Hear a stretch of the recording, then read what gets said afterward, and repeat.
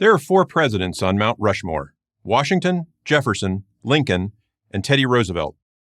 Were it not for a crazed assassin, the face of William McKinley, and not TR, very well could have been carved on that mountain.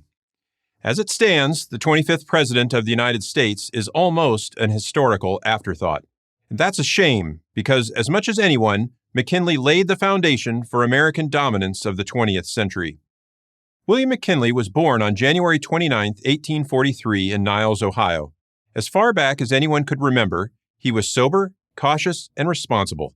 He adored his deeply religious abolitionist mother. She wanted him to become a minister, but when the Civil War broke out, 18-year-old William joined the Union Army as a private. He wrote his sister that he had decided to serve my country in this, her perilous hour, from a sense of duty. He quickly came to the attention of his commanding officer, fellow Ohioan and future President Rutherford B. Hayes, who made McKinley his chief quartermaster.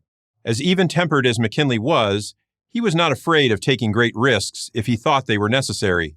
At the bloody Battle of Antietam, he drove a wagon full of food and water through heavy enemy fire to desperate Union soldiers. God bless the lad, wrote Officer James Comely of McKinley's heroic action. Until the end of his life, McKinley preferred to be addressed by his final Army rank, Major, saying, "I earned that. I'm not so sure of the rest."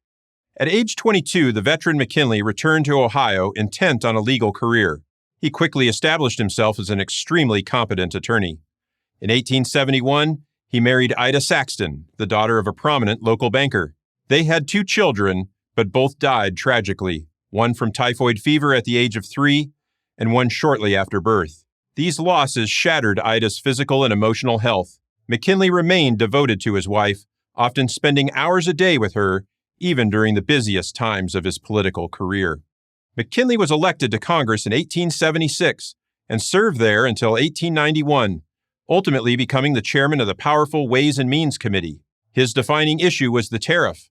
Like most Republicans of that era, he believed that American industry and workers needed protection from cheap foreign labor to thrive. The 1890 McKinley tariff cemented his thinking into law. It was on this issue that McKinley wanted to run as the 1896 Republican nominee for president.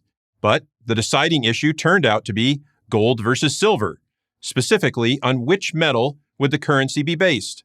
McKinley was a sound money man. That is, he favored gold, the long-established foundation of the global economy. His Democratic opponent, William Jennings Bryan, favored silver. Crisscrossing the nation, Bryan famously proclaimed that, "You shall not crucify mankind upon a cross of gold."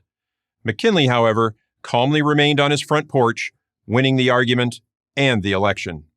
Shortly after his presidency began, the gold issue faded, replaced by a brewing crisis 90 miles off the Florida coast. Cuban rebels were in full revolt against their Spanish overlords. Reports of Spanish atrocities outraged the American people. The popular press whipped this outrage into a frenzy. Demands for McKinley to intervene on the side of the Cuban freedom fighters were overwhelming. But McKinley had seen war up close and knew its horrible reality.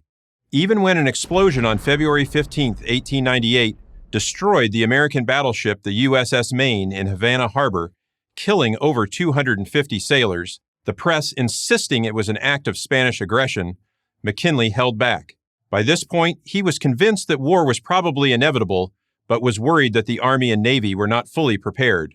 Finally satisfied that America was ready, on April 25th, he signed a declaration of war. The Spanish-American War lasted less than 4 months, ending in an overwhelming American victory. There were 385 American battlefield deaths, roughly 2,000 more dying from tropical disease. The Spanish colonies of Cuba, Puerto Rico, Guam, and the Philippines came under American control. Hawaii, now more critical than ever as a naval station, was also annexed. America had arrived as a global power, and everyone knew it. That included most American voters. In 1900, McKinley easily won his re-election for a second term. He came into his new term full of optimism. He had a strengthened majority in Congress and a vigorous new vice president, the governor of New York and hero of the recent war, Theodore Roosevelt. McKinley had an ambitious agenda. Among his goals were securing the victories of the Spanish-American War, opening international markets for trade, particularly in China, augmenting civil rights for blacks, and finalizing negotiations to start building the Panama Canal. And then, fate intervened. While attending the Pan American Exposition in Buffalo, New York, on September 6, 1901, McKinley was shot by a self-proclaimed anarchist. He died 8 days later. Teddy Roosevelt took up McKinley's mantle. In doing so, the charismatic new president permanently overshadowed his predecessor on his way to Mount Rushmore. Fair or unfair, that's how history frequently works. I'm Jason Edwards, professor of history and humanities at Grove City College for Prager University. Thank you for watching this video. To keep PragerU videos free, please consider making a tax-deductible donation.